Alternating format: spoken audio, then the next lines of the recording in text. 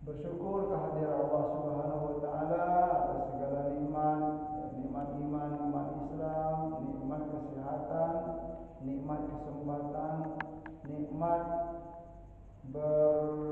berteman, bergaul dengan hamba-hamba yang soleh, ya punya teman baik dalam hidup itu punya nikmat dari Allah Subhanahu wa taala. Alhamdulillahirabbil alamin. Selanjutnya salawat dan salam semoga selalu disampaikan Allah melalui lisan kita masing-masing kepada baginda Nabi Muhammad sallallahu alaihi wasallam. Berbahagialah hamba yang selama hidupnya banyak membaca salawat dan salam kepada baginda Nabi. Berbahagialah hamba yang selama hidupnya punya keinginan yang besar, punya tekad yang kuat untuk menghidupkan sunnah-sunnah Nabi dalam kehidupannya. Baiklah, hari ini kita melanjutkan kajian kitab Riyadhus Shalihin Masjid Al-Kahfi. Ya. Kalau nggak salah, seingat saya di pertemuan lalu kita sudah itu Pak, sudah selesai tentang bab niat. Niat sudah selesai. Ya. Semoga tidak karena batasnya di sini sampai niat. Artinya ya yang sebelum yang akan kita bacakan ini semoga belum dibacakan ya, di pertemuan yang lalu. Baiklah, berarti hadis kedua hari ini babul ikhlas wa ihdharun niyyah. Ya, bab tentang ikhlas dan menghadirkan niat. Jadi niat itu menurut kebanyakan para ulama memang harus dihadirkan, harus dipancing. Nah, cara mancingnya itu Pak diantaranya apa? Dengan lisan. Itulah. Maka terjadilah dalam mazhab Syafi'i itu sholat itu pakai apa? Pakai usolli. Nah, talaffuz bin niyah kalau bahasa Arabnya. Talaffuz bin niyah. Sebenarnya ya sangat jelas sekali gitu kan para ulama ya dalam mazhab Syafi'i itu menyampaikan iya para ulama itu sepakat bahwa niat itu tempatnya bukan di lisan, tetapi niat itu tempatnya di hati. Gitu loh Pak ya. Niat itu semua para ulama sepakat niat itu tempatnya di hati bukan di lisan. Ya, bukan di lisan. Tapi kenapa kok harus ada gitu kan? Usolli atau talaffuz bin niyah gitu kan. Talaffuz bin niyah. Niat itu bukan di lisan, tapi kok ada gitu kan melafazkan niat. Nah, sangat jelas sekali sederhananya adalah niat itu hati itu perlu dibimbing itu aja kalau alasan dari para ulama dalam mazhab Syafi'i gitu kan. Hati itu perlu dibimbing saja. Nah, gitu loh. Tapi kalau ditanya, adakah hadis Nabi ya mengajarkan bahwa niat itu harus dilafazkan? Memang tidak ada ketemu gitu kan. Dan para ulama Syafi'i tahu hal itu gitu kan. Tahu gitu kan apa istilahnya mengakui hal itu.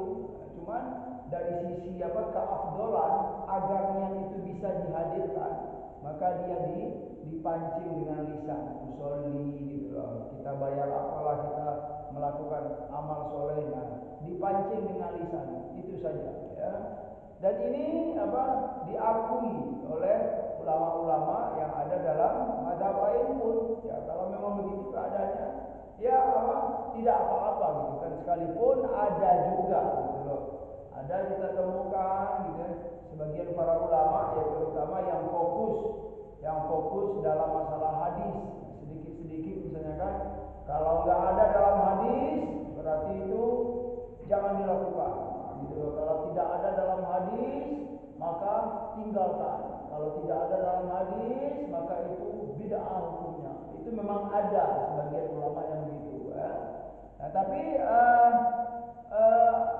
pandangan atau keputusan para ulama dalam mazhab Syafi'i itu bisakah untuk dihapus? Tidak bisa dihapus Pak ya.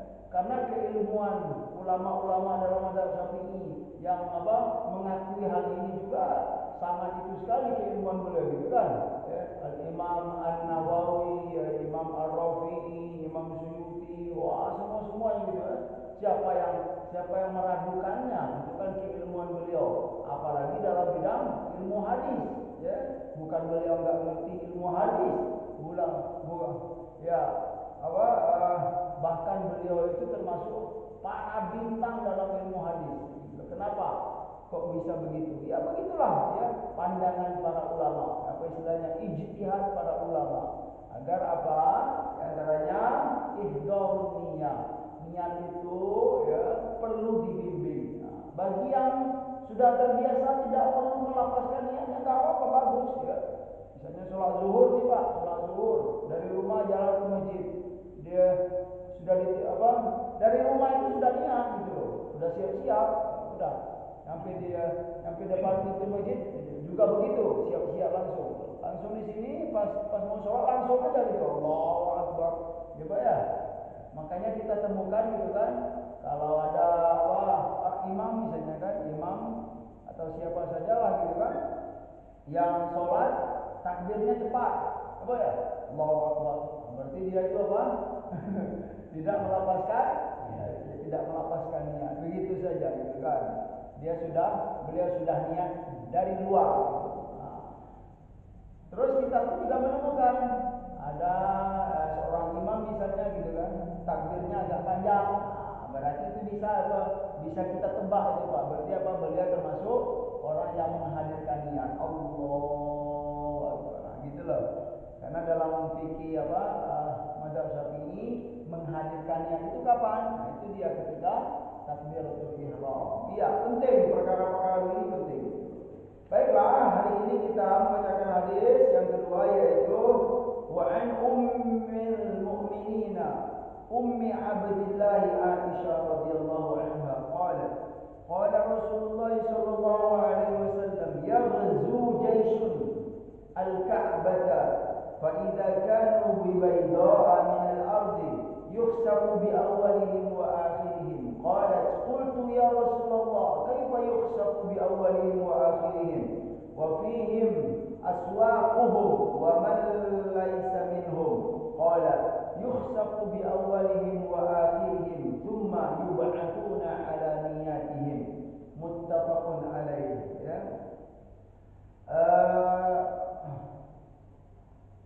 Dari Ummul Mukminin, ya, ibunya orang mukmin. Siapa itu? Ummi Abdillah. Jadi Siti Aisyah ini diberi gelar juga sebagai Ummu Abdillah. Ya, padahal beliau nggak punya anak, ya Pak ya. Tetapi kok di sini disebut Ummu Abdillah. Itu apa istilahnya? Ya, diperbolehkan, ya, dalam budaya Arab. Kemudian ya, bagi orang yang tidak punya bagi orang yang tidak punya anak tetapi ya berharap gitu, dia berharap, nah, maka disebutkan saja gitu kan. Ummi Abdillah Aisyah radhiyallahu anha. Yang jelas yang meriwayatkan hadis ini yaitu dari siapa? Dari Sayyidah Aisyah radhiyallahu anha, Ummul Mukminin, ya, ibunya orang mukmin, ya.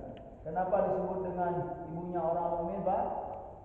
Karena beliau itu adalah istri Nabi kita sallallahu Al-Ka'bah. Suatu hari, ya, ada sekelompok pasukan yaghzul Ka'bah.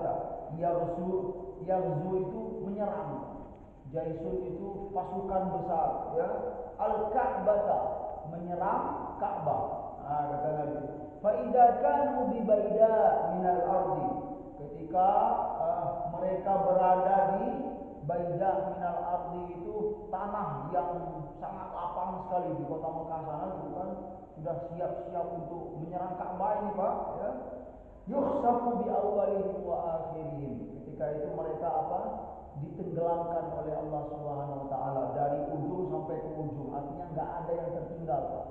Ya, sekelompok pasukan itu karena punya niat buruk, ya, menyerang Ka'bah nih, punya niat buruk, semua yang ada di lokasi itu ditenggelamkan oleh Allah Subhanahu wa taala. Tidak ada tersisa. Terus kata Siti Aisyah, qalat qultu ya Rasulullah, Aku berkata kepada Rasulullah, kaifa yuksafu bi awwalihim wa akhirihim, ya. Wa wa fihim aswaquhum wa man laisa minhum. Ya Rasulullah, bagaimana semuanya ditenggelamkan oleh Allah Subhanahu wa taala dari awal sampai akhir barisan pasukan itu, bagaimana wahai Nabi? Wa fihim aswaquhum, sedangkan di antara mereka itu ada orang-orang yang bukan termasuk dari pasukan ini gitu loh. Nah, aswaquhum itu adalah orang-orang yang pergi ke pasar gitu loh, Pak ya. Aswaq itu kan suq, ya. Jamak dari suq. Aswaq, ada yang pergi ke pasar, ada yang yang mau pergi berdagang, tetapi bertepatan pada waktu itu berada di lokasi gitu loh. Lokasi para pasukan yang ingin menyerang Ka'bah, berada di lokasi itu, Pak. Ya. Waman laisa minhum juga gitu. Dan ada juga di antara mereka itu yang bukan dari pasukan itu. Kata Siti Aisyah radhiyallahu anha, bagaimana ditenggelamkan semua? Kenapa Allah tenggelamkan semua gitu loh? Qala, lalu Nabi kita menjawab, yukhsafu bi awwalihim wa akhirihim. Ya, iya kata Nabi, semuanya ditenggelamkan oleh Allah yang ada di lokasi itu. Yang ada di lokasi pasukan yang ingin menyerang Ka'bah tersebut. Tsumma yub'atsuna ala niyatihim, kemudian mereka di akhirat nanti akan dibangkitkan oleh Allah Subhanahu wa taala sesuai dengan niat-niat mereka. Maksudnya apa di sini? Iya.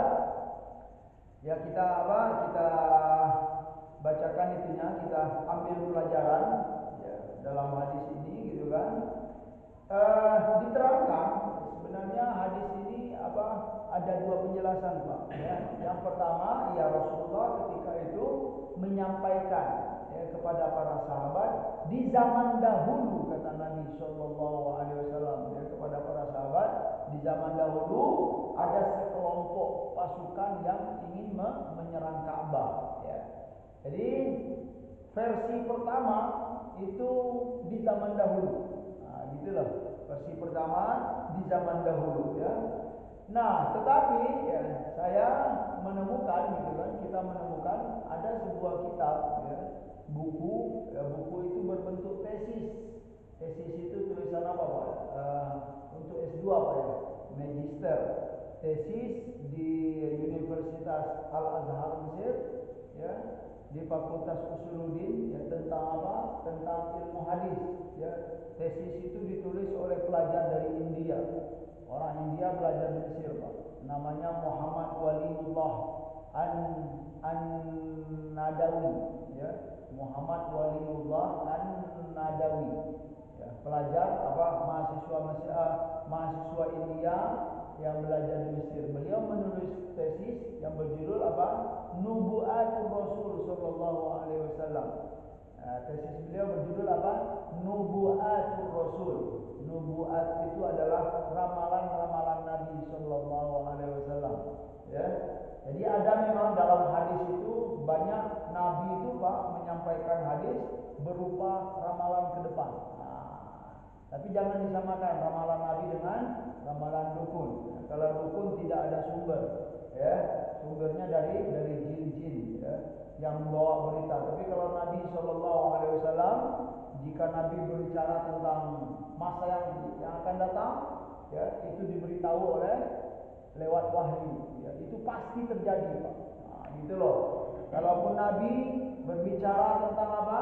Tentang masa yang lalu, itu dari wahyu juga. Makanya apa yang disampaikan oleh Nabi itu semuanya benar. Kita harus meyakini pasti ya, baik itu sudah terjadi ataupun sedang terjadi ataupun yang akan terjadi. Itulah Rasulullah sallallahu alaihi wasallam ya. Karena beliau diberi wahyu oleh Allah Subhanahu wa taala. Dalam kitab tesis tersebut, hadis ini ya, itu dikelompokkan, dimasukkan ke dalam kelompok hadis-hadis Nabi atau ramalan-ramalan Nabi untuk masa yang akan datang. Nah, jadi versi pertama penjelasannya adalah tentang bahwa hadis ini terjadi pasukan tersebut yang ingin menyerang Ka'bah itu di zaman dahulu, kata Nabi Shallallahu Alaihi Wasallam. Tetapi dalam penjelasan yang lain itu hadis ini dikatakan bahwa di akhir zaman nanti, gitu loh, akan ada, kata Nabi Shallallahu Alaihi Wasallam, pasukan yang akan menyerang Ka'bah nanti. Nah, jadi dalam kitab tesis itu buku tesis magister tersebut dibagi 3 kelompok ramalan-ramalan Rasulullah Shallallahu Alaihi Wasallam. Yang pertama ramalan-ramalan Rasulullah yang yang berkaitan dengan para sahabat semuanya, ya, itu ada sekitar 92 hadis, Pak, ya. Kemudian ramalan Nabi tentang para tabi'in. Nah, yang kalau para sahabat bertemu dengan Nabi, tetapi kalau tabi'in tidak bertemu dengan Nabi, tetapi sudah diisyaratkan oleh Rasulullah Sallallahu Alaihi Wasallam dalam hadis. Nah, yang ketiga ini ramalan Nabi yang belum terjadi. Nah, itu yang belum terjadi, inilah, ya, itu ada sekitar 28 ramalan hadis tentang yang belum terjadi, termasuk hadis yang ini. Gitu loh. Jadi ya kita mendapatkan, gitu loh, ada referensi-referensinya, gitu ya. Tapi semuanya, ya, bolehkah kita terima atau ya kita harus menerima hal ini, gitu Pak, ya. Jangan ragu, ya. Dan semuanya bisa, ya. Kalaupun kita kaitkan dengan masa yang lalu, ya, pasukan ini di masa sebelum Islam dahulu, boleh, ya kan? Itu masuk akal. Dan di akhir zaman nanti, ya, kalau kita kaitkan ini dengan masa yang akan datang, ya, termasuk ramalan Nabi yang belum terjadi, gitu kan? Itu bisa-bisa saja, ya, dan diperbolehkan. Tapi yang jelas, kalau kita bicara tentang keilmuan, tentu harus, yang penting itu referensi mana, gitu kan? Siapa yang menulis, gitu. Kemudian apa bentuk hadisnya harus jelas, ya. Jadi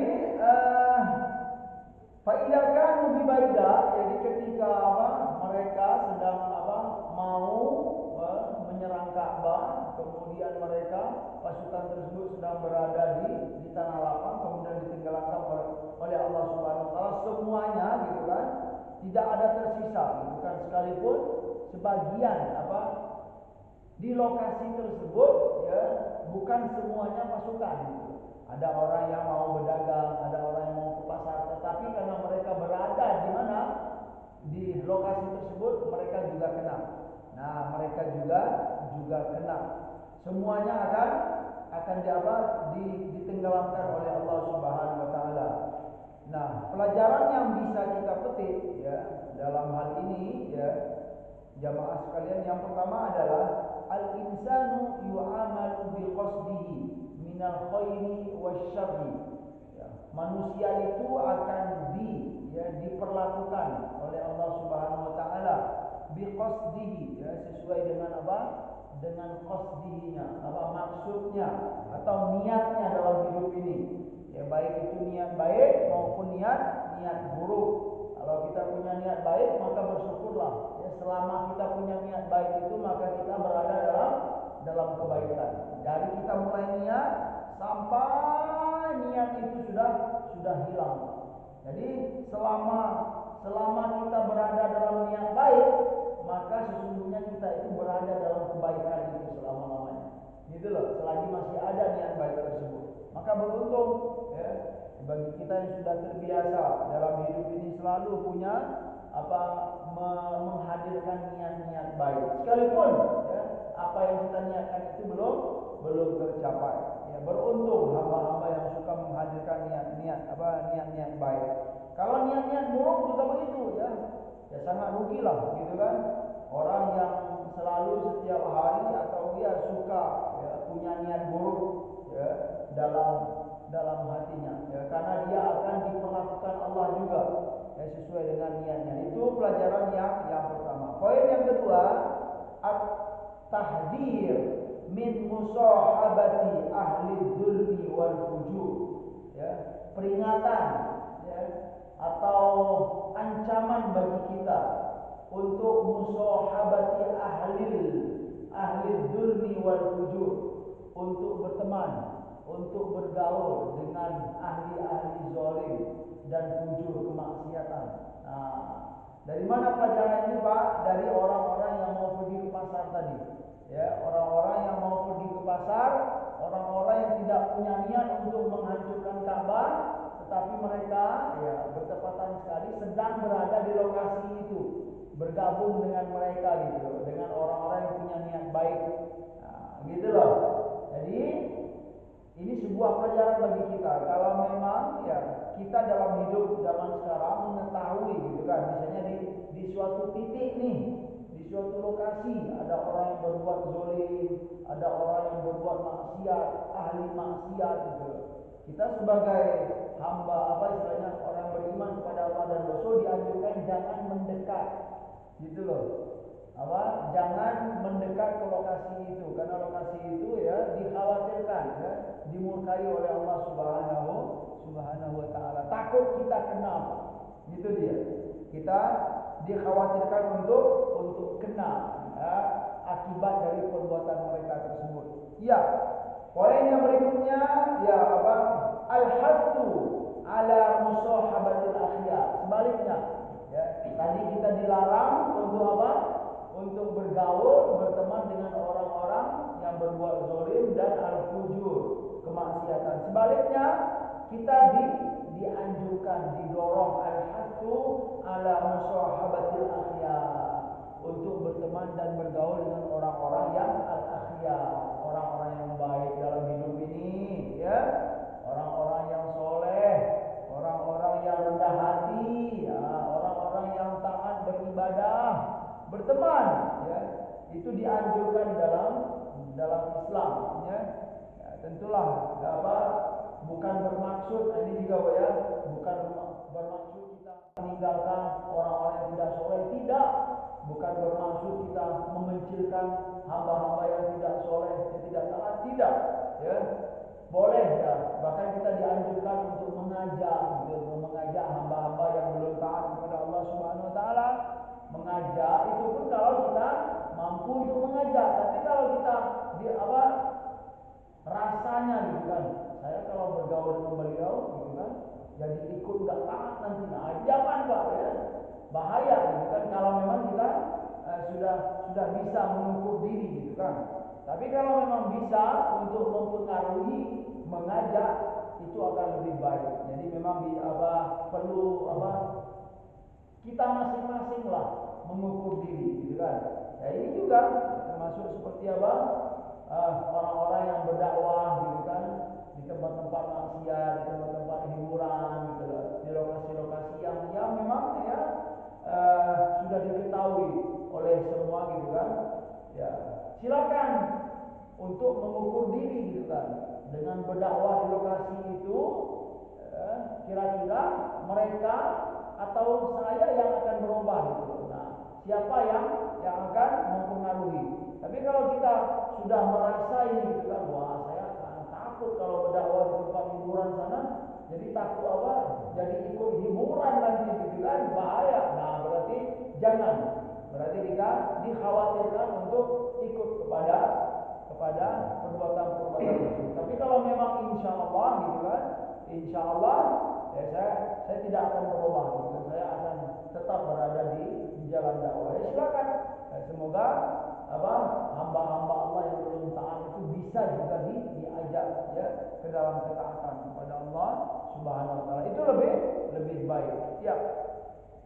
Nah, dari sini juga ya jamaah sekalian kita melihat dalam Islam itu ada istilah amar ma'ruf nahi munkar. Nah, di sinilah di antara penguatnya. Orang Islam itu ya kalau dilihat sepertinya usil dengan perbuatan orang lain. Ya Pak, usil Pak.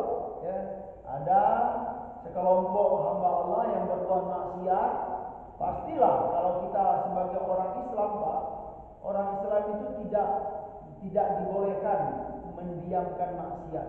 Itu sudah ajaran, ada dalam Al-Quran, ada dalam hadis Nabi gitu kan. Ya, ta'muruna bil ma'ruf wa tanhauna 'anil munkar.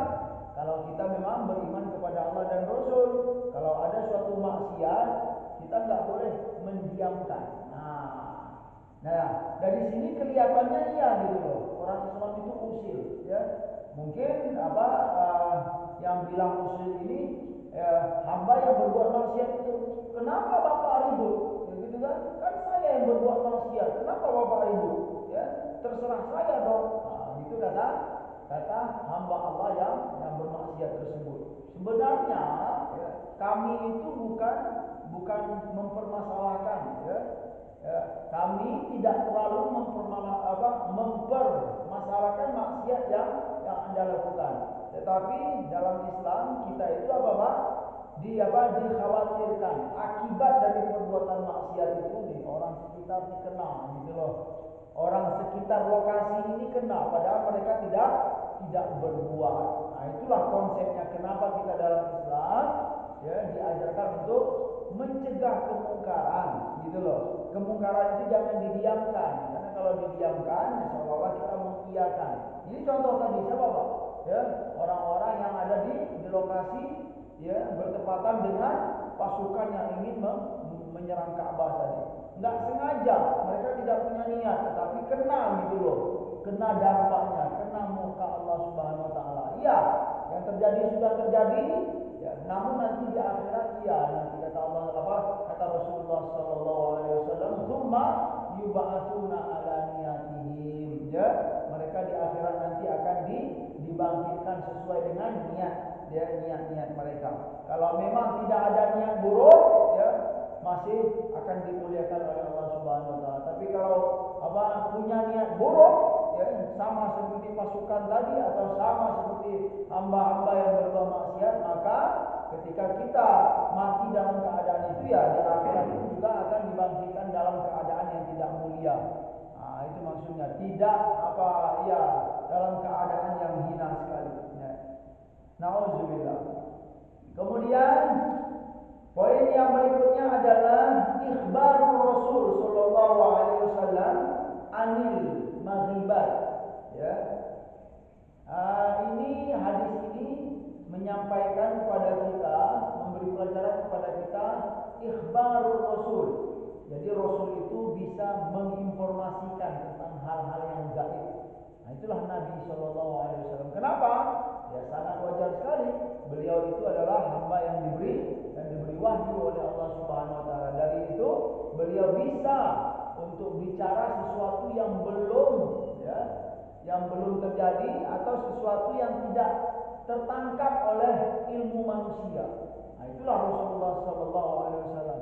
Ya, dari mana beliau mendapatkan? Yaitu dari wahyu Allah Subhanahu wa taala. Ikhbarur Rasul sallallahu alaihi wasallam 'anil maghibat wa hiya mimma yajibul iman biha kama waradat.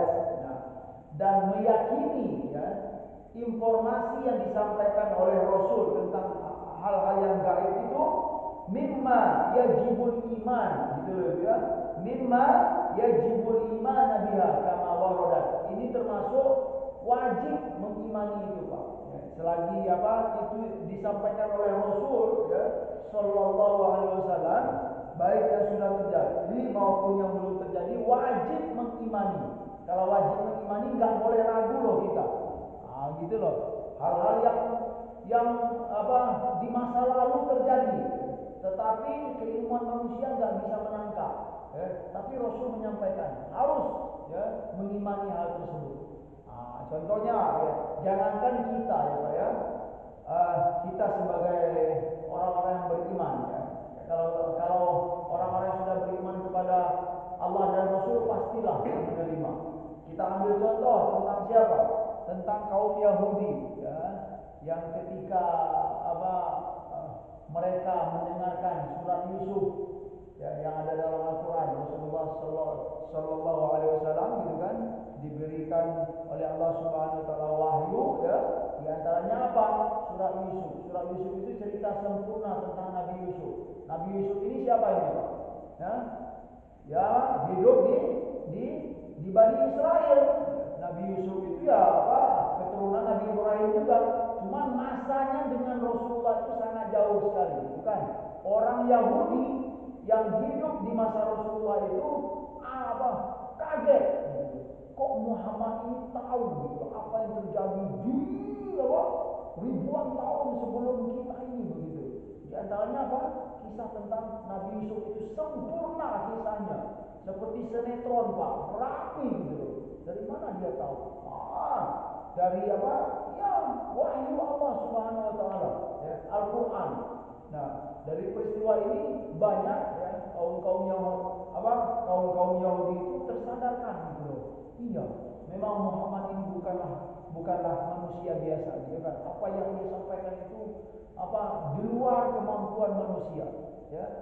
Ya, sebagian mereka beriman kepada Rasulullah, ya sebagian mereka masih bertahan dalam agama Yahudi mereka. Itu keadaan.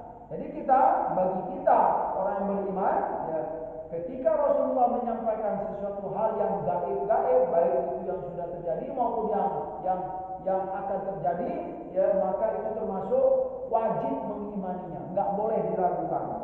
Ya, itu poin berikut. Selanjutnya, wal iman bi anna sataqa'u kama akhbara. Ya, li'annahu alaihi salatu wassalam la yantiqu anil hawa. Ya, pelengkap. Jadi mengimani apa yang sudah disampaikan oleh Rasulullah sallallahu alaihi wasallam, apa yang sudah terjadi dan apa yang akan terjadi, ya. Itu maknanya bi annaha sataqa'u kama akhbara, akan terjadi seperti apa yang sudah beliau sampaikan, ya. Kenapa? Ya karena Rasulullah sallallahu alaihi wasallam itu la yantiqu anil hawa. Beliau itu tidak berbicara dengan hawa nafsu beliau, bukan dengan pikiran beliau. Apa yang beliau sampaikan itu adalah wahyu dari Allah Subhanahu wa taala, seperti dalam surat An-Najm, ya. Wan najmi idza hawa ma dhalla sahibukum wa ma ghawa wa ma yantiqu anil hawa in huwa illa wahyun yuha. Ya, in huwa illa wahyun yuha wa ma yantiqu anil hawa. Muhammad itu tidaklah berbicara dengan hawa nafsunya. In huwa illa wahyun yuha. Tetapi ya, apa yang ia sampaikan itu adalah apa? Wahyu yuha. Wahyu yang diwahyukan oleh Allah Subhanahu wa taala. Semuanya pasti terjadi apa yang disampaikan oleh Rasulullah sallallahu alaihi wasallam, terutama hal-hal yang gaib. Ya, itu poin yang penting dalam hadis yang kita bacakan hari ini. Satu lagi lah insyaallah. Masih ada waktu, Pak? Masih ya, satu hadis lagi. Wa an Aisyah radhiyallahu anha qala an-nabiy sallallahu alaihi wasallam la hijrata ba'da al-fath walakin jihadun wa niyyah wa idza stunfirtum fanfiru, muttafaqun alaih. Ya. Dalam hadis berikutnya Rasulullah sallallahu alaihi wasallam bersabda, la hijrata ba'dal fathi. La hijrata ba'dal fathi. Tidak ada lagi istilah hijrah setelah fathi. Fathi ini maksudnya adalah Fathu Makkah, ya, kemenangan kota Mekah, ya. Tidak ada lagi kemenangan istilah hijrah. Istilah hijrah setelah kemenangan kota Mekah. Tetapi yang ada itu, kata Nabi sallallahu alaihi wasallam, setelah kemenangan kota Mekah atau istilahnya pembukaan kota Mekah, yang ada itu adalah jihadun wa niyyah. Yang ada itu adalah jihad dan niat, perkara-perkara niat. Istilah hijrah enggak ada lagi. Nah ini ya, kita bertepatan juga masih berada di awal tahun hijrah, ya, bulan Muharram kita. Ada kaitannya tentang hijrah. Wa idza stunfirtum, ya, fanfiru, kata Nabi sallallahu alaihi wasallam. Yang ada itu adalah jihad dan niat. Nah, kalau kalian diminta untuk terjun ke medan perang, wa idza stunfirtum, kata Nabi, fanfiru, maka segeralah kalian bergabung. Ya. Jamaah sekalian yang dimuliakan oleh Allah Subhanahu wa taala, perlu kita sampaikan di sini. Lihat, sangat jelas sekali Rasulullah mengajarkan dalam Islam ada istilah jihad. Nah, gitu loh. Ya, ini perlu dipahamkan. Jangan sampai umat ini terpengaruh. Kalau ada yang bicara jihad, wah berarti ini bahaya nih Ustaz, gitu kan? Ini Ustaz jihadis, gitu kan? Ini bahaya ini. Atau secara umum misalnya kaum muslimin terpengaruh, Islam itu mengajarkan jihad. Ya, jihad itu mengerikan sekali gitu, Pak ya. Apa membuat kerusakan di muka bumi? Apa ajaran jihad itu? Kalau ada ya umat Islam yang terpengaruh, ya ini perlu kita sampaikan ya. Jihad dalam Islam itu bukan jihad yang apa istilahnya? Yang apa brutal gitu Pak. Ya, bukan jihad yang dilakukan tanpa ada alasan. Tidak. Ya, pemahaman jihad dalam Islam itu sangat jelas. Sederhananya adalah jihad yang diajarkan oleh Nabi itu adalah membela diri. Gitu loh. Membela diri, membela hak kita. Kalau memang itu hak kita, kita harus membela. Itulah jihad. Nah, kira-kira kalau pemahaman jihad seperti ini diperbolehkan enggak? Coba Pak. Boleh enggak? Coba Pak Haji, kira-kira Pak Haji. Jihad maknanya adalah membela. Boleh enggak?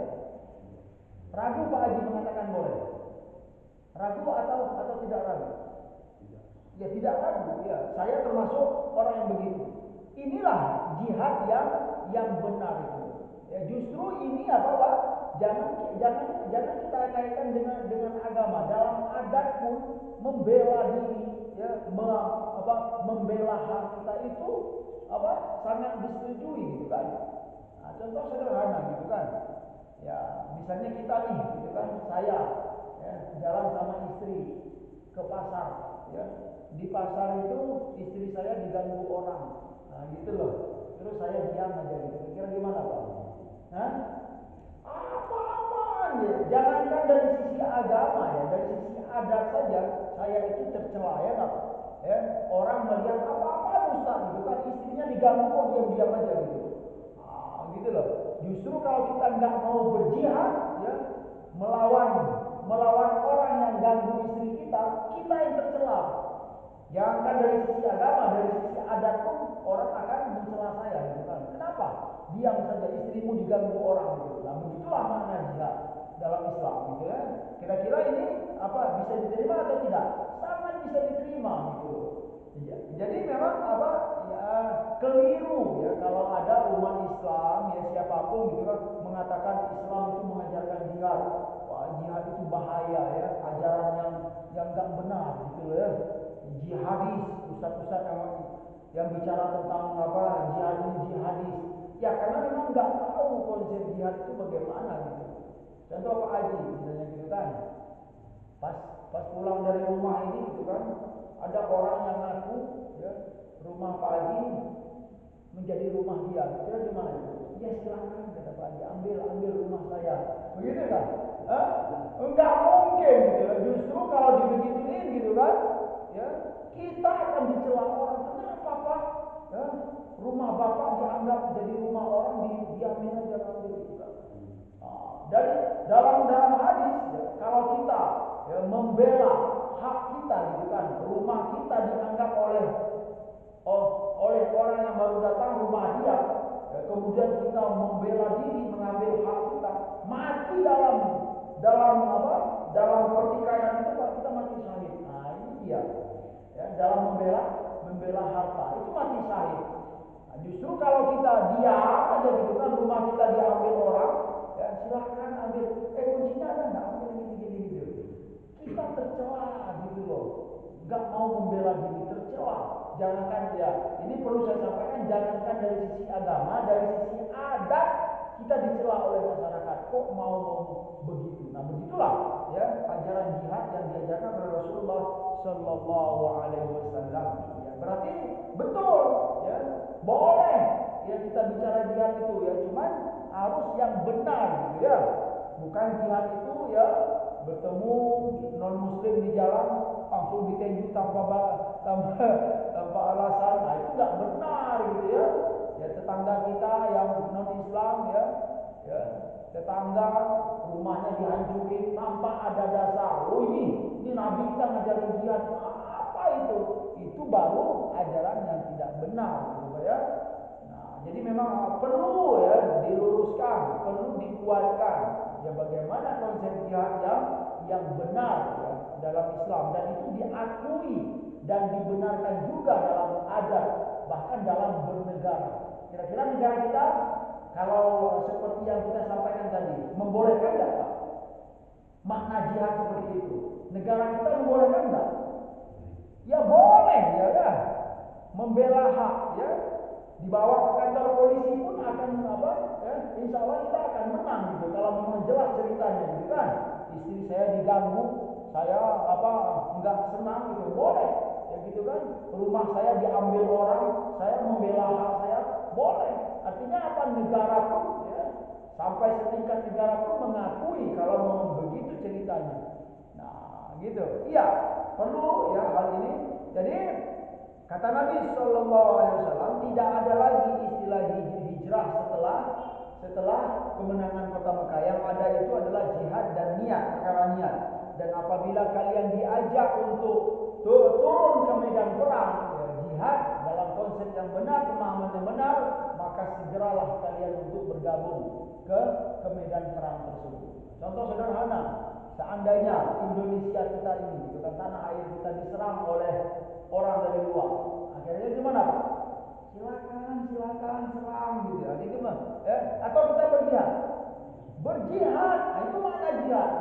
Justru kalau kita diam-diam silakan serang tanah air kami, gitu serang, itu nggak ada, ya, nggak punya harga diri, tidak punya kemuliaan gitu loh, tidak mau membela ya hak, ya kita punya hak, ya ini tanah air kita perlu kita bela. Nah, itulah makna jihad yang benar yang diajarkan oleh Rasulullah Shallallahu Alaihi Wasallam. Pelajaran ya sedikit lagi insyaallah. Fathu Makkah ya, Fathu Makkah itu adalah kemenangan kota Makkah. Ba'du Fathu Makkah ya. Wa kana fathuha sanah tamanin ba'dal hijrah. Kemenangan kota Makkah itu atau Fathu Makkah itu ya terjadi ya di tahun ke-8 setelah hijrah Rasulullah Shallallahu Alaihi Wasallam. Berarti tahun ke-8 hijrah setelah hijrahnya Rasulullah Shallallahu Alaihi Wasallam. Kemudian makna jihad tadi sudah kita sampaikan. Kemudian niat itu ya di antara definisinya adalah ikhlasul amal lillah. Ya, mengikhlaskan amal ya karena Allah Subhanahu wa taala, itu maksud dari niat ya. Kalau kita menemukan niat ya dalam kitab ya, terutama dalam hadis yang kita bacakan ini ya, itu niatnya apa? Mengikhlaskan amal karena Allah Subhanahu wa taala. Itulah niat. Istunfirtum apabila kita tuliba minkum al-khuruj ilal jihad, apabila diminta dari kalian untuk keluar bergabung terjun ke medan perang, itu maksudnya ya. Nafar itu adalah berlari dengan cepat. Nah itu maknanya ya. Fanfiru, maka segera pulalah kalian untuk bergabung ya, jika memang diajak, jika memang sudah ada seruan untuk jihad. Nah ya, baik itu jihad dalam ruang lingkup kecil pribadi atau lingkungan, bahkan ke sebuah negara ataupun tanah air yang kita cintai, itu juga termasuk kalau memang sudah memenuhi syarat-syaratnya gitu Pak ya. Ya, apakah musuh itu betul-betul menyerang, itu memang harus dikaji semuanya. Ya, bukan kalau berjihad sudah selevel sebuah negara yang besar, ya tentu pun keputusan untuk berjihad itu juga diputuskan oleh pemimpin yang paling tertinggi gitu loh. Kalau pemimpinnya sudah mengiyakan, silakan. Tapi kalau pemimpin masih belum mengiyakan atau masih ada hal-hal yang perlu dipertimbangkan, kita pun harus mengikuti apa yang diarahkan oleh pemimpin yang tertinggi. Itu konsep yang sangat jelas menurut kami. Ya. Berapa menit lagi, Pak?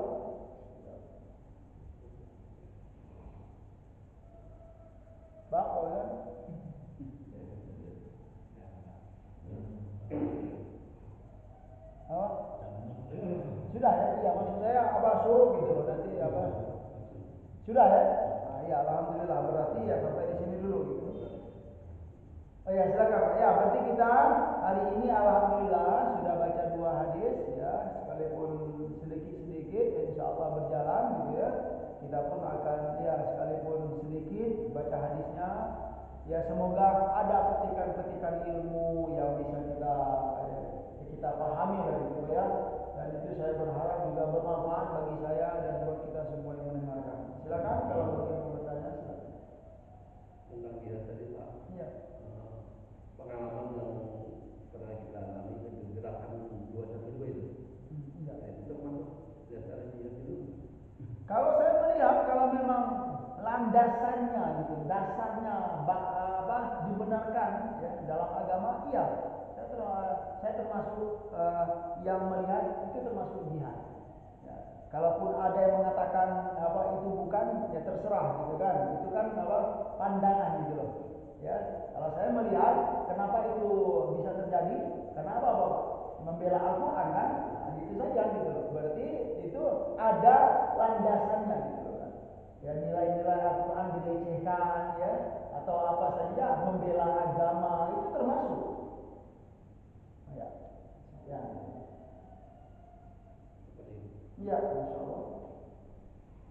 Masih ada? Cukup Pak? Ya, alhamdulillah kita tutup ya kajian kita hari ini ya membaca kafaratul majlis. Subhanakallahumma wa bihamdika asyhadu an la ilaha illa anta astaghfiruka wa atubu ilaik. Wa sallallahu ala nabiyyina Muhammad wa ala alihi wa sahbihi wa sallam wa akhiru da'wana